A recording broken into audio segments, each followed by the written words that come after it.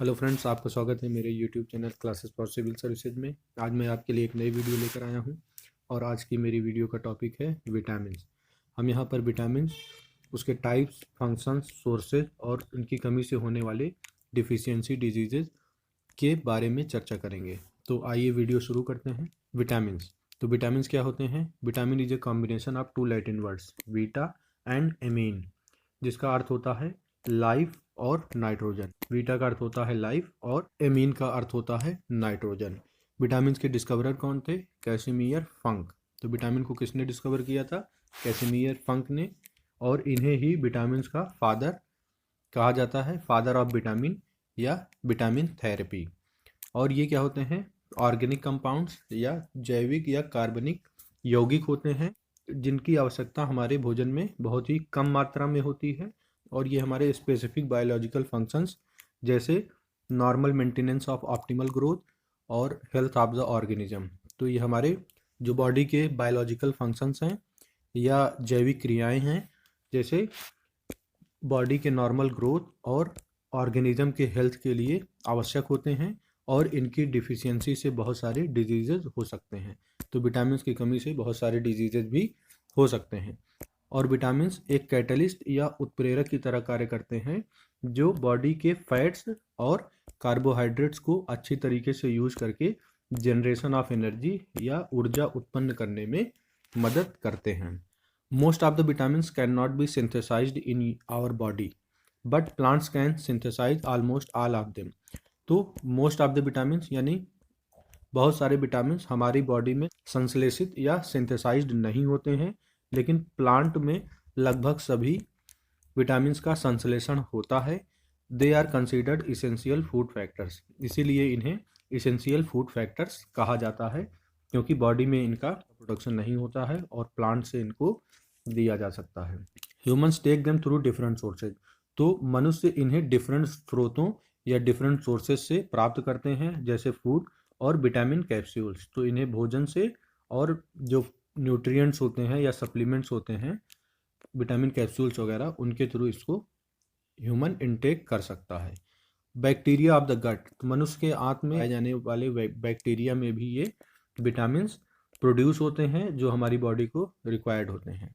इनके एग्जांपल हैं विटामिन के और विटामिन बी कॉम्प्लेक्स के जो विटामिन्स होते हैं, वो भी बैक्टीरिया ऑफ द गट यानी आंत के जो बैक्टीरिया होते हैं उनमें पाया जाता है। तो ई कोलाई जो बैक्टीरिया है हमारा, उसके कई स्ट्रेन्स जो हैं विटामिन्स का संश्लेषण करते हैं। Vitamin D is synthesised in adequate amounts by most mammal.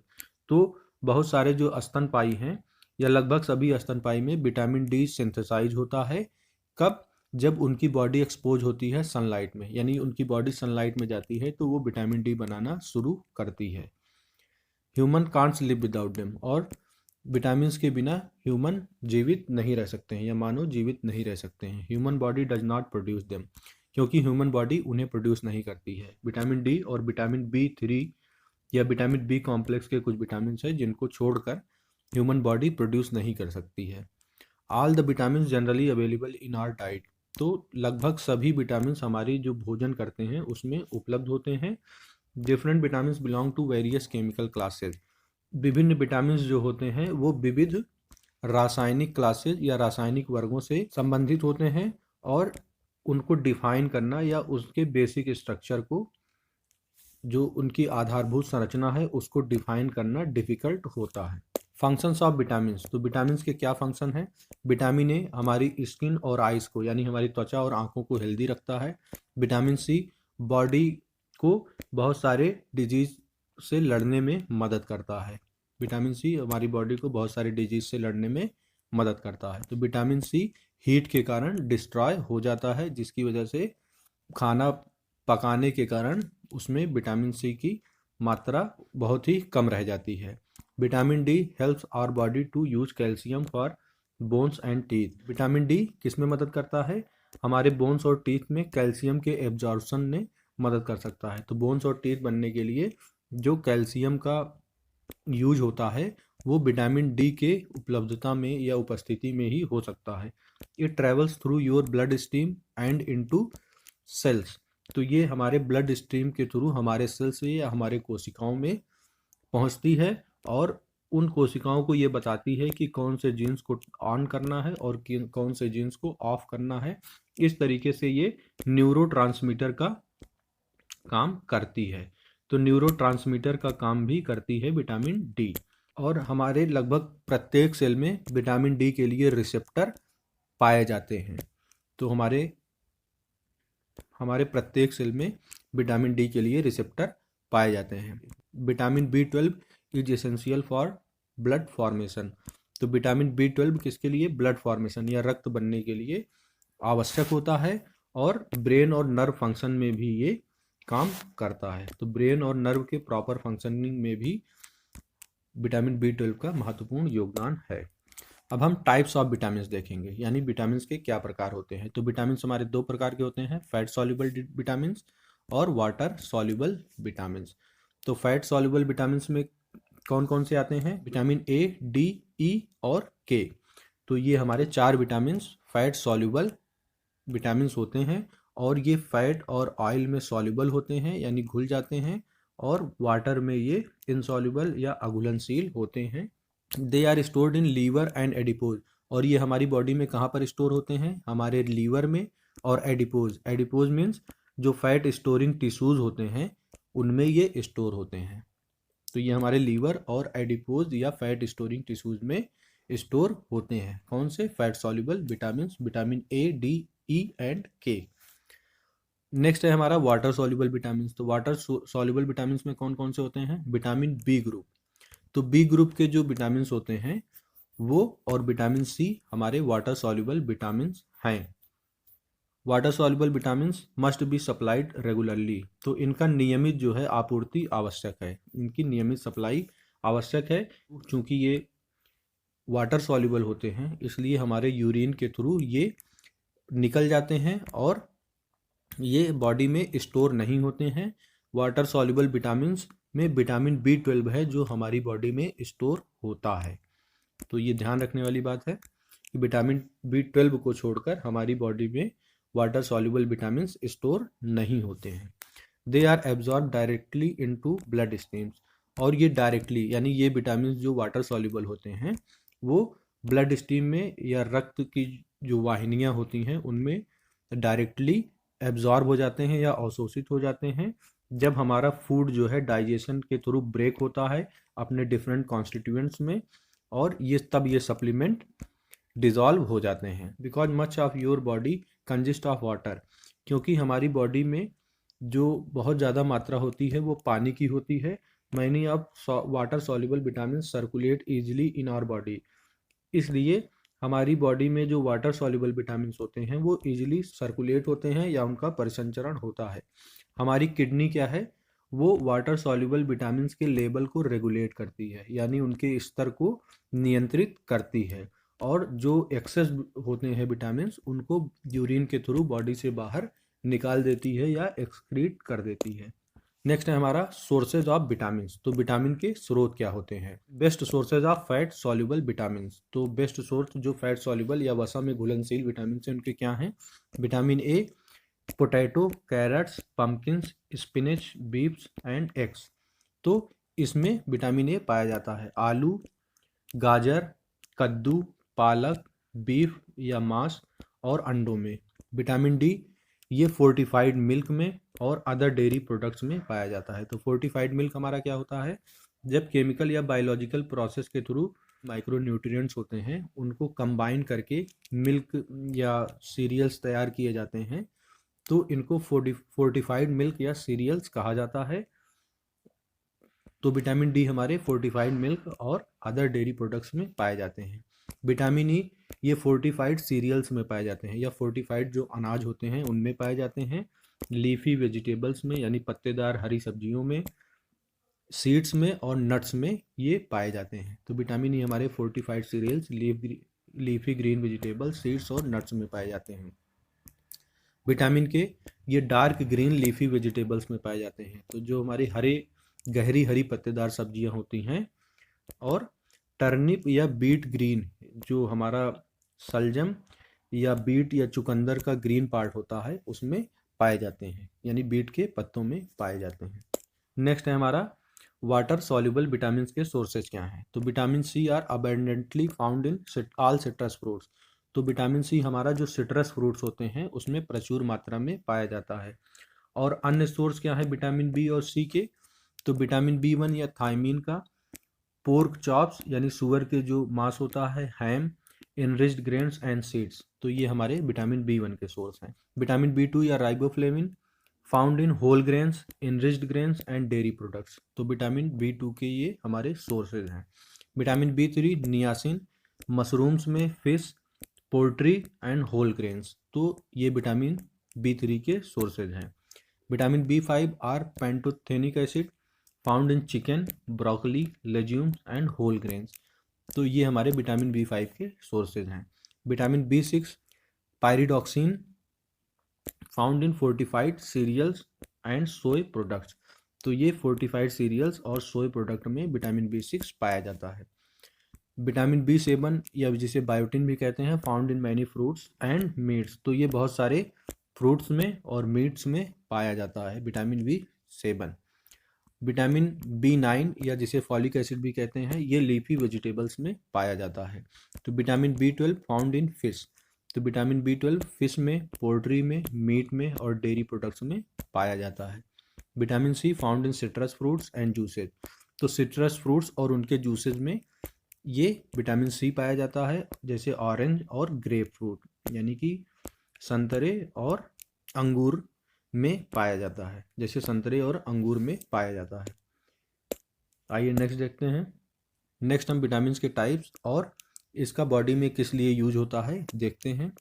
तो vitamin a healthy vision, skin, bones, teeth and reproduction, तो विटामिन ए हमारा स्वस्थ आँखों के लिए यानी हमारा जो है देखने की क्षमता सही रहे उसके लिए, हमारी त्वचा के लिए, हड्डियों के लिए, दांतों के लिए और प्रजनन के लिए उपयोगी होता है। Vitamin B 1 convert food into energy, तो ये फूड को यानी खाने को ऊर्जा में बदलने के लिए उपयोगी होता है और क्रिटिकल फॉर नर्व फंक्शन, और ये हमारी तंत्रिका तंत्र के प्रॉपर फंक्शन के लिए भी आवश्यक होता है। Vitamin B 2 help converts food into energy, ये भी फूड को एनर्जी में कन्वर्ट करने में मदद करता है। और healthy skin, hair, blood and brain, इनके लिए भी उपयोगी होता है, यानी स्वस्थ स्किन, त्वचा, बाल, रक्त और मस्तिष्क के लिए ये आवश्यक होता है। Vitamin B 3 helps convert food into energy, तो ये भी मदद करता है फूड को एनर्जी में या भोजन को ऊर्जा में बदलने में। और ये किसके लिए एसेंशियल होता है, आवश्यक होता है, हेल्दी नर्वस सिस्टम, तो हमारे हेल्दी तंत्रिका या स्वस्थ तंत्रिका तंत्र के लिए भी ये आवश्यक होता है। पायरिडॉक्सिन, पायरिडॉक्सिन या vitamin B 6 helps make red blood cells, तो ये रेड ब्लड सेल्स के बनने में महत्वपूर्ण योगदान होता है इसका। And improves sleep, appetite and mood, और ये बेहतर करता है निद्रा को, भूख को और माइंड को। Vitamin B 7 helps convert food into energy and break down glucose, तो विटामिन बी 7 क्या करता है, एनर्जी में कन्वर्ट करता है फूड को या भोजन को ऊर्जा में परिवर्तित करता है, और ग्लूकोज जो हम लेते हैं भोजन के थ्रू उसको ब्रेक डाउन करता है।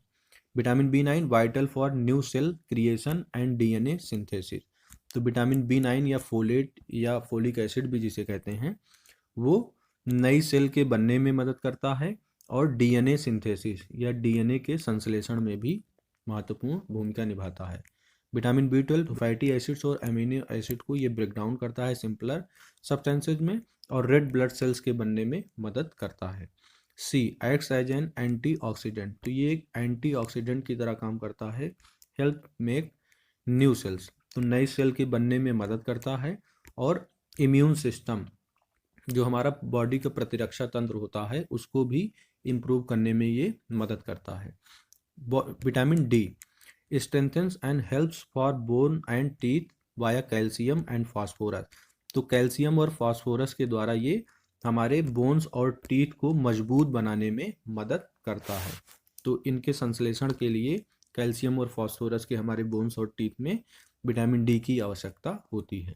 Vitamin E act as an antioxidant, तो विटामिन सी और ई हमारे एंटीऑक्सीडेंट की तरह काम करते हैं। तो विटामिन ई एंटीऑक्सीडेंट की तरह काम करता है and helps stabilise cell membrane, और सेल मेम्ब्रेन्स को स्टेबलाइज या स्थिर करता है। विटामिन के इसेंशियल फॉर ब्लड क्लॉटिंग, तो ये विटामिन के हमारा ब्लड क्लॉटिंग या रक्त का थक्का जमने में मददगार है and helping to regulate blood calcium, और ब्लड कैल्शियम यानी ब्लड में कैल्शियम लेवल को भी रेगुलेट करता है। तो आइए नेक्स्ट देखते हैं। नेक्स्ट हम विटामिन्स, उनके रासायनिक नाम और उनकी डिफिशियंसी या कमी से होने वाले डिजीजेज या बीमारियों के बारे में देखेंगे। तो आइए देखते हैं। सबसे पहले विटामिन ए, इसका रासायनिक नाम रेटिनॉल या रेटिनल है। तो विटामिन ए का रासायनिक नाम रेटिनॉल या रेटिनल है और इससे नाइट ब्लाइंडनेस और केरेटोमैलेशिया होता है। तो नाइट ब्लाइंडनेस क्या होता है? रात में जब हमको नहीं दिखाई देता है तो उसको नाइट ब्लाइंडनेस कहते हैं।